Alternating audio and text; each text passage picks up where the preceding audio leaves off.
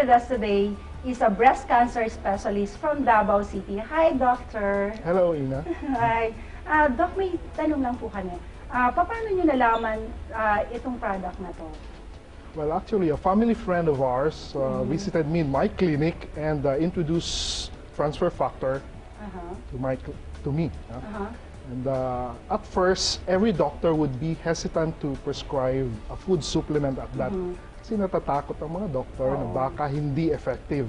Until a patient who had recurrent breast cancer came to my clinic. The next option there is not surgery, not radiotherapy, but more expensive chemotherapy. With this option that I gave her, she cried and she said she couldn't afford the very expensive treatment. So I said, oh, why don't you try this product, Transfer Factor? This was introduced to me. And after 1 month, she came back to me in my clinic, and I was amazed with the result. Because of this patient, I became a true believer of Transfer Factor, and I give it to all my patients.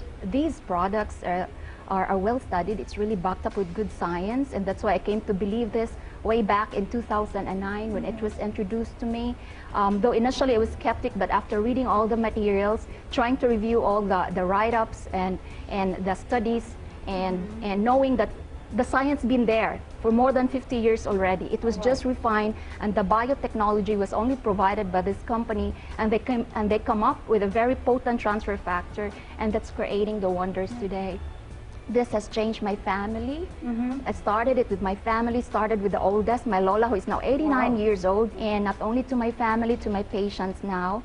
And I think the role I have now with For Life is that I have to share this to as many doctors. So we're doing educational forum to the doctors to share to them the science, most especially, and how it can help their patients. Once fully understood and put to practical application, Transfer Factor will revolutionize current medical treatments of various diseases, and the advent of Transfer Factor will mark the beginning of a new approach in the treatment of diseases, which is immunotherapy. Phenomenal ability ng Transfer Factor lies on its ability, yung kanyang kakayahan i-activate ang cell-mediated immune system. Ano ibig sabihin ng Tagalog? Kung naniniwala kayo sa bakuna, ang action ng transfer factor ay ang action ng bakuna. Kaya nga lang, ang bakuna, it needs to complete. Kailangan niya ikumpleto ang immune process, which involves several stages. So ibig sabihin, matagal bago niya ma-develop yung cell-mediated immune response. Pero ang transfer factor, it will take you a matter of less than 12 hours to induce yung same na immune response that vaccines are capable of. Doctora, I understand that you had a personal experience with this transfer factor. So could you share it with our audience kung ano yung nangyari sa inyo? At first, I'm very skeptical. I was skeptical about it because as a doctor, alam nyo na kung ano na naman niyang ibibigay sa akin na yan. Ano? Sabi ng aking kaibigan, you try it. Doktor sa amin, sa dentist sa aming clinic, sabi, comadre, you try it. Sabi, kasi nakahusay sa akin, nakagaling sa akin. Sabi ko, nako, ayoko niyan. So, inisnab ko yun nung primero, no? Ngayon, nung hindi na ako makagulapay sa pains, kasi ang aking vertebral column, yung lumbar, 5th and 4th lumbar vertebrae, nag-degenerate. So, naipit yung ugat ko. So, I was in pains, excruciating pain, may sciatica and spondylitis. And sabi ng doktor sa akin, kung hindi maalis ang NSAIDs, no, yung mga steroids, antibiotics, lahat yon, including yung pampatulog na dahil hindi na ako makatulog, ay operahan kita. Sabi gano'n, nako, sabi ko, imagine sa spinal cord yan, no? Baka ako hindi na lalo, maparalyze na ako. And with the 8 operations I had, I'm a survivor, cancer survivor, breast cancer and uterine cancer.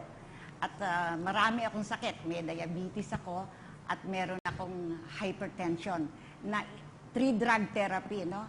Ngayon, nung napilitan akong inumin ng transfer factor because of desperation, talagang hindi na ako makapag-clinic. Nako, sabi ko, ano na ba itong buhay kong ito? I-wheelchair na ba ako? So, noong inumin ko, siyam agad. Dahil ang binigay sa akin, siyam ang instruction, take 3 capsules in the morning in an empty stomach, sa tanghali at sa gabi. Out of desperation nga, sabi nila walang overdose kasi milk naman yan, colostrum yan. Ininom ko lahat. And then I wrote a letter, sabi ko, Dear June, yung aking asawa, ang ininom ko transfer factor. Sisihin mo ang for life kasi kung ano man ang mangyayari sa akin. So, but the next day, nakabangon ako, still with pain. Pero nabawasan. And I was able to go down from the 3rd floor where I have my house. And then, pumunta ako sa clinic. Dati nakaganyan ako para akong laging isang position lang. Ngayon, nakakaikot na ako sa clinic. Sabi ko, tawagin mo yung ano na yan, yung nagkukuha niyan, yung mga nagbibigay niyang transfer factor na yan at gusto ko ituloy. So, I took it since then. Primero, mega dose.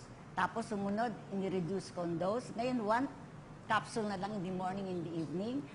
Talaga pala, ang immune system ko lumakas. Yung lahat naman kasi ng condition sa katawan natin na meron talagang inflammation, talagang magaling siya. Talagang,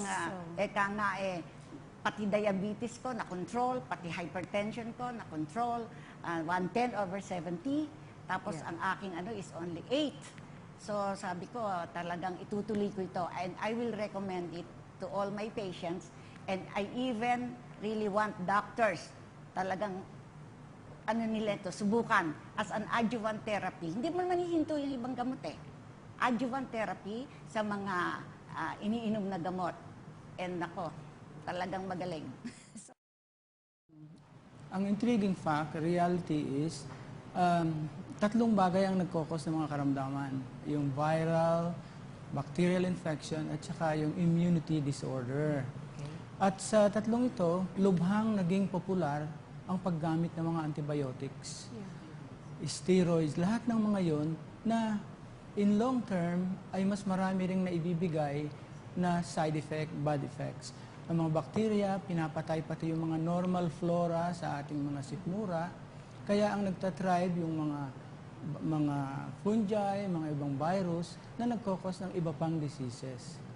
Kaya nga doon sa study ng mga sa journal ng American Medical Society, meron silang report na yearly ang death toll nila sa wrong surgery na hindi kailangan, ay maabot ng mga 12,000 a year at mga 106,000 death sa mga related sa mga wrong or negative results of prescriptions. At this time, lumabas ang ating technology ng transfer factor, which is talagang napakabisa upang turuan yung mga immune system natin na nawawala sa landas. Yung mga dapat nilang gawin tulad ng mga killer cells, yung mga natural, mga NK cells, mga ganyan, iba na ang ginagawa. Kaya nagre-resulta ito sa mga sakit.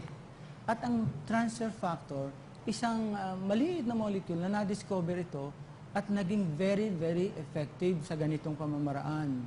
At maging sa mga sakit sa ating utak, napakagaling po nito. Sa utak? Opo. Yung mga